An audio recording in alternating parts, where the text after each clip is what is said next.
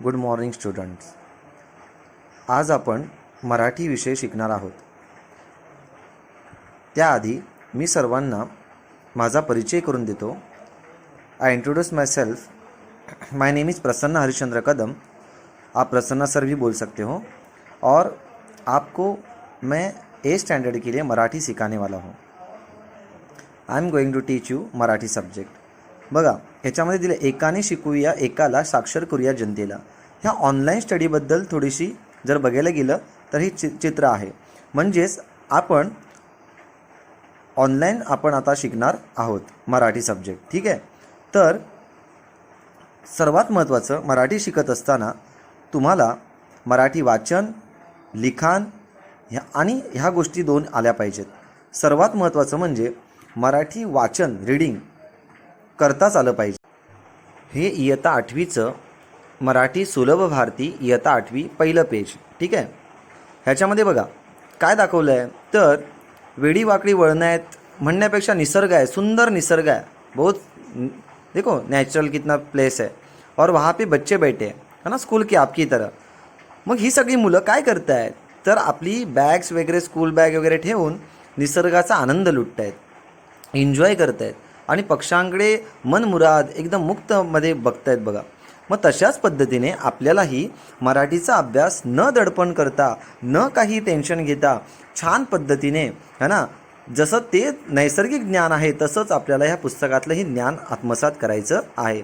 So हम लोग को Marathi difficult लगता है लेकिन उतना डिफ़िकल्ट है नहीं इंग्लिश मीडियम के लिए. ज़्यादातर बच्चे उसको बहुत सीरियस, है ना, कठिन मतलब हार्ड विषय ऐसा देखते हैं, लेकिन ऐसा कुछ है नहीं. तो हम लोग मराठी अभी सीखने वाले हैं. ओके. आता बघा विद्यार्थी बाळांनो, आपल्याला आता अनुक्रमणिका भाग 1 मध्ये आम्ही चालवू हा पुढे वारसा हे गीत आहे. बरोबर. कवी कोण आहेत, तर जगदीश खेबुडकर. पाठाचे किंवा एखादा लेसन असेल तर त्याचे लेखक असतात आणि कवितेचे किंवा गीताचे कवी असतात. तर ही एक प्रकारची हे समूह गीत आहे एक प्रकारचं. ठीक आहे. जसं 9वीला आपल्याला सर्वात्मका शिवसुंदरा ही प्रार्थना आहे. त्याचबरोबर 10वीला तू बुद्धी दे ही प्रार्थना आहे. जसे प्रत्येक एका म्हणजे पुस्तकाची किंवा अभ्यासाची किंवा विषयाची सुरुवात ही प्रार्थनेने किंवा गीताने होते. वैसाही हे एक गीत दिया गया आहे, आम्ही चालवू हा पुढे वारसा. आणि हेच गीत आपल्याला आता जगदीश खेबुडकर यांनी काय म्हटलं याच्यामध्ये नेमकं ते आपल्याला पाहायचं आहे. ठीक आहे. तर आपण आम्ही चालवू हा पुढे वारसा हे गीत आता आपण पाहणार आहोत. ओके. तर आपण स्टार्ट करूया. आम्ही चालवू हा पुढे वारसा भाग 1. जगदीश खेबुडकर 1932 ते 2011 त्यांचा जन्म आणि मृत्यू दिला है.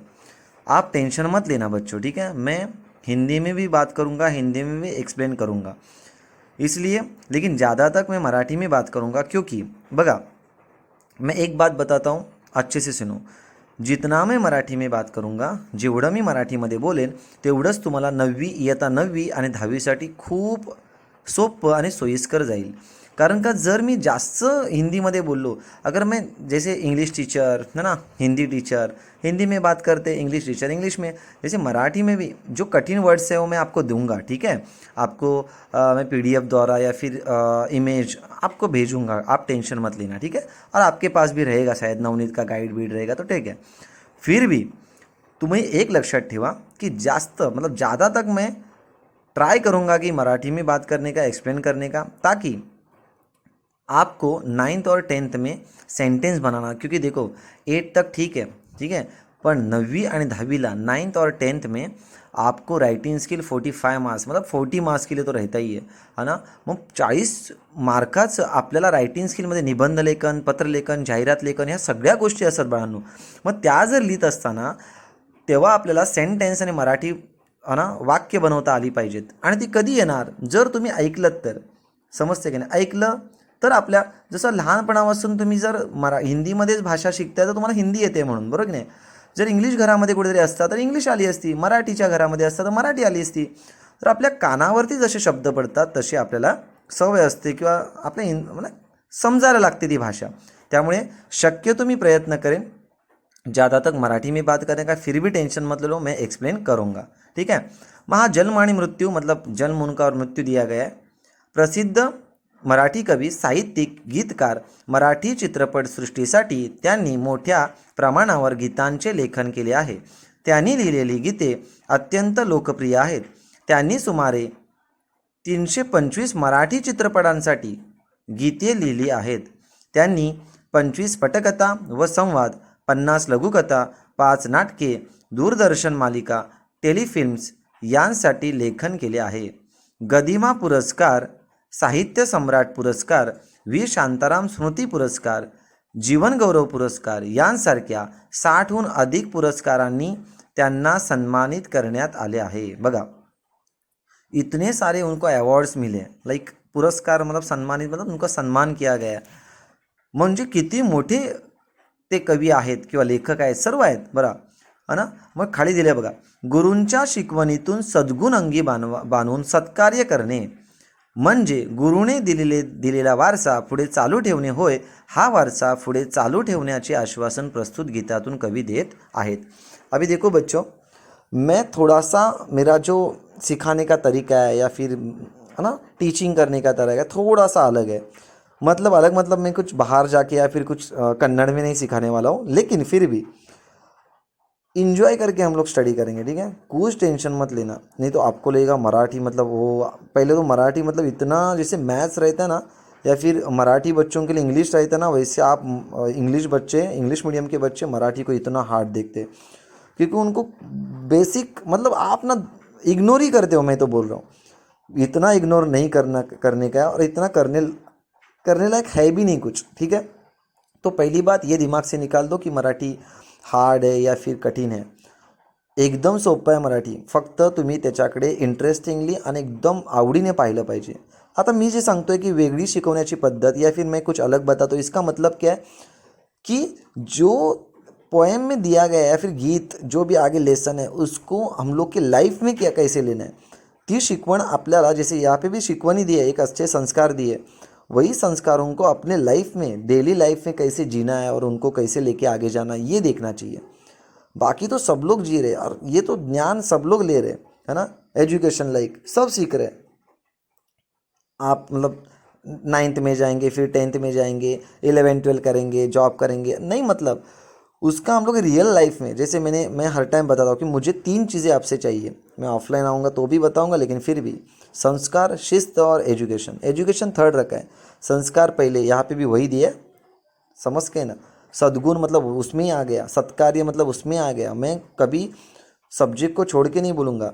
मग संस्कार म्हणजे काय, अच्छे गुण, अच्छे बिहेवियर, है ना. उसके बाद शिस्त, डिसिप्लिन बहुत इंपॉर्टेंट है, जो आजकल बच्चों में नहीं है. आप में तो बिल्कुल नहीं है, आप बुरा मत मानना, लेकिन फिर भी नहीं है. और तीसरी बात एजुकेशन तो सब ले रहे हैं, लेकिन ये अगर 2 चीज़ नहीं है तो एजुकेशन को कुछ मतलब नहीं है. देखो सही लगता है कि नहीं, आप तो बाद में बताओ मुझे, लेकिन जो मैं थोड़ा जो एक्स्ट्रा नॉलेज या फिर स्टोरीज बीच में थोडासा मध्ये मी स्टोरी पण सांगेन तुम्हाला, गोष्ट सांगेन, काय टेन्शन घेऊ नका. आपल्याला खूप एन्जॉय करत, आणि आता तर तुमच्याजवळ खूप वेळ आहे, त्यामुळे चांगल्या पद्धतीने तुम्ही अभ्यास करू शकता, ठीक आहे. त्यामुळे आता याच्यामध्ये बघा काय सांगितलं आहे, गुरूंच्या शिकवणीतून सद्गुण. तो मला हेच सांगायचं होतं की मैं थोड़ा सा अलग मतलब लाइफ में, रियल लाइफ में उसको कैसे लेना है ना, वो सिखाऊंगा, ठीक है. बहुत सारी ऐसी चीज़ें सिखाऊंगा, आप टेंशन मत लेना. गुरुच्या शिकवणीतून मतलब जो हम लोग को टीचर्स है ना, गुरु मतलब टीचर्स जो पढ़ा रहे, बरोबर की नाही. मग जो पढ़ाते उसमें क्या रहता है, सद्गुण. गुण मतलब अच्छे गुण. देखो दुर्गुण भी रहते, सद्गुण भी रहते. अंगी बांधून सत्कार्य करने, देखो 2 वर्ड में क्या क्या है, स आया है पहले, है ना. यही एक में आया सद्गुण और दूसरे में आया सत्कार्य. तो ये क्यों स क्यों आया, गुण और सद्गुण, कार्य और सत्कार्य. जैसे मैं हर टाइम बोलता हूँ, विद्या सद्विद्या, विद्या भी है लेकिन सद्विद्या भी है. ये स बहुत इंपॉर्टेंट है. स मतलब सद्गुरु, है ना. गुरु बहुत रहते लेकिन सद्गुरु एक ही रहता है, मतलब मार्ग दिखने वाला. तो यहाँ पे भी हर किसी का गुरु था, है ना, हर किसी का सद्गुरु था, है ना. कृते जनार्दनो त्रेतायाम रघुनंदन द्वापारे रामकृष्ण च कलो. अगर देखा जाए तो गणेश जी, है ना, श्री कृष्ण जी या फिर राम, इन्होंने भी ये खुद भगवान थे, लेकिन उन्होंने भी क्या किया, अपना गुरु किया, सदगुरु किया. क्योंकि गुरु ही हम लोग को सिखाता है. तो पहले गुरु कौन है, देखो यहाँ पे क्या बोले, आम्ही चालवू हा पुढे वारसा, मतलब हम लोग को आगे ये वारसा, वारसा यानी वडिलोपार्जित थोरांची शिकवण, ट्रेडिशन म्हणू त्याला आपण, हेरिटेज म्हणू, हा जो वारसा आहे, ही परंपरा आहे, ती पुढे चालू ठेवायची. कोणती तर चांगली ज्ञानाची, चांगल्या शिकवणीची, चांगल्या संस्काराची. मग ही शिकवण इथे काय सांगितलं बघा, की ही शिकवण पुढे चालत असताना है ना, कशा पद्धतीने, काय तर गुरु आपल्याला ज्ञान देतात, बरोबर की नाही. पण गुरूंच्या शिकवणीतून सद्गुण, गुण म्हणजे दुर्गुण पण असतात, चांगले पण गुण असतात. मग चांगले गुण अंगी बनवायचे, अच्छे गुण हम लोग को लेना है, और बांधून सत्कार्य करणे, अच्छा कार्य करणे. समज में आया ना की नाही. म्हणजे गुरुने दिलेला वारसा पुढे चालू ठेवणे होय. हा वारसा पुढे चालू ठेवण्याचे आश्वासन प्रस्तुत गीतातून कवी देत आहेत. देखो खुद भगवान थे लेकिन उन्होंने भी गुरु किया था, है ना. गणेश जी के व्यास मुनि ये गुरु थे, है ना. श्री राम के वशिष्ठ मुनि, है ना. श्री कृष्ण के क्या संदीपनी ऋषि, ऐसे हर किसी के गुरु थे. तो गुरु करने की क्यों ज़रूरत है उनको, खुद भगवान है लेकिन फिर भी गुरु किया, है ना. वैसे हम लोग के पहले गुरु कौन है, मम्मी पापा, है ना. मम्मी हम लोग को क्या करती है, सिखाती है. पहले तो माँ पापा ये सब बोलना हम लोग को है ना, उनसे ही सीखते हैं हम लोग, चलना दौड़ना सब. और उसके बाद दूसरा गुरु अगर देखा जाए तो टीचर है. आई वडील गुरूंपेक्षा मी तर म्हणतो देव आहेत, है ना. बघा प्रतिमेतला देव आहे, मतलब फोटो में हम लोग भगवान को देखते, मूर्ति में देखते, वो तो है ही, वो सगुण रूप है. लेकिन एक्चुअल में अगर जिंदा, अगर मतलब ना जीता जागता बोलते ना उदाहरण, वैसे देखा जाए तो मम्मी पापा अपने क्या है, रियल गुरु आहे. मग त्यांची आपण काय केली पाहिजे, सेवा केली पाहिजे. त्यांना आपण काय केलं पाहिजे, रिस्पेक्ट, आणि त्यांच्या संस्कारामध्ये, त्यांच्या आदराखाली, है ना, त्यांच्या शिकवणीखाली आपल्याला राहता आलं पाहिजे. मग त्यांची शिकवण आपल्याला पुढे घेऊन जायचे. आम्ही मतलब हम लोग चालू, मतलब चलाने का, आगे भी लेके जाने का ये क्या, हा पुढे वारसा, मतलब ये परंपरा, ये जो वारसा है वो आगे लेके हम लोग जाएंगे, ऐसा कवि को यहाँ पे बोलना है. हा वारसा पुढे चालू ठेवण्याचे आश्वासन, आश्वासन यानी है ना एक कमिटमेंट, या फिर है ना आश्वासन प्रस्तुत गीतातून कवी देत आहेत. आता कविता बघा काय म्हटलं, ऐका वाचा आणि म्हणा, है ना. जितना 2 लाइन अगर होता है, शायद मुझे लग रहा है फर्स्ट पैरा सेकंड पैरा जो भी होता है वहाँ तक देखेंगे, फिर नेक्स्ट लेक्चर में देखेंगे, ठीक है. कुछ टेंशन मत लेना. हाँ, और जो उसका ये पोएम आपको लिखना है, ये भी सुनो, आपको अच्छे से लिखना है. स्क्रीनशॉट मारो या फिर आपने बुक भी लिया होगा तो ये अच्छे से लिखो, आणि तालासुरात म्हणा, मतलब रिदम के साथ आपको ये लर्न करना है, बाहाट करना है. समझ में आया. तर ते म्हटलं बघा, ऐका वाचा आणि म्हणा. ऐका मतलब पहले लिसन, पहला सुनने का. सीधी सी बात है, जब बच्चा, या फिर आप देखो, मैं बच्चे की बात कर रहा हूँ लेकिन हम लोग भी बच्चे ही थे. जब हम लोग पैदा हो गए तो उसके बाद पहले मम्मी क्या बोल रही है, देखो हम लोग, माँ वो भी सिखाती है ना. माँ तो हम लोग को लिपसिंग दिख के हम लोग बोलने लगे, पापा मम्मी बाबा आई, है ना, काका काकी, ये सब पहले सुना हम लोग ने, उसके बाद बोलना स्टार्ट किया. ऐसा कोई भी बंदा नहीं है जो डायरेक्ट बोलने लगा है, क्या कोई नहीं, है ना. सुनने के बाद, है ना, हम लोग बोलने लगते हैं. तो पहली क्रिया कौन सी है, सुनना. तो सबसे पहला, है ना, सुनने का है हम लोग को. लेकिन हम लोग क्या करते हैं, देखो 2 आँखें दिए, 2 नाक का भी देखो 2 होले, कान के भी 2 है, बराबर ना. और मुंह कैसा है, एक ही है. लेकिन पकड़ पकड़ पचड़ इतना करते ना हम लोग, मुंह से इतना बात करते ना, पूछो मत, है ना. ज़्यादा मुंह से बात करते हैं, जो माइनस है. देखो कैसा है वो मुंह, क्रॉस है ना, माइनस है, मतलब यहाँ से माइनस ज़्यादा होता है हम लोग का. जो पाप और पुण्य, मतलब पुण्य ही यहाँ से जाती है ज़्यादा. और जो सुनने का ज़्यादा जो है, हाँ, वो नहीं सुनेंगे हम लोग.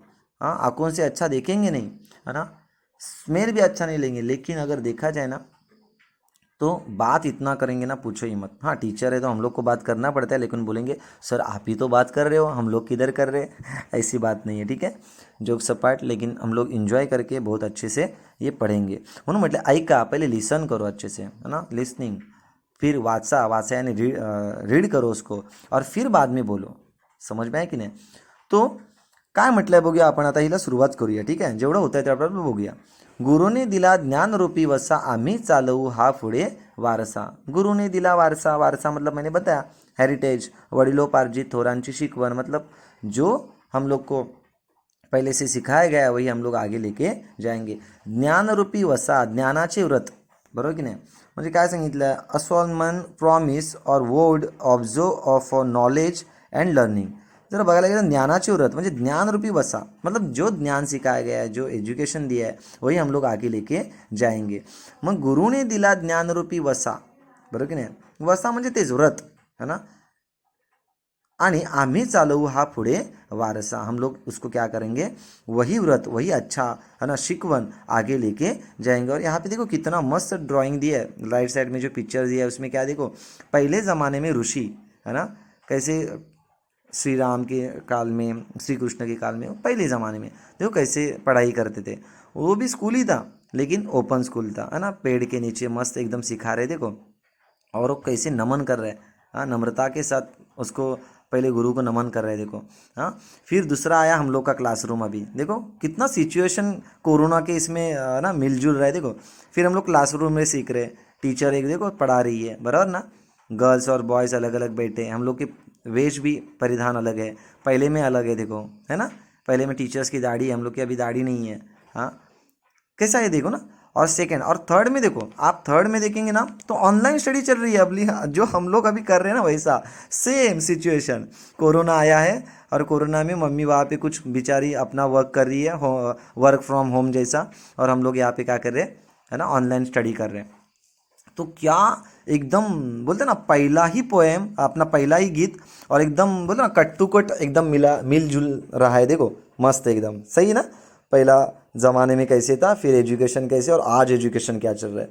तो आप ना, आपको तो मैं देखो ये तो वीडियो हम लोग भेज रहे हैं बराबर ना, आपको सुनना ही है. और बच्चों जितना आप अच्छे से लिसन करोगे उतना ही आपको पढ़ाई करना है देखो. बाकी को कुछ किसी को पढ़ी नहीं है, कुछ लोग बच्चे क्या करेंगे छोड़ भी देंगे, लेकिन ऐसा मत करो बच्चों.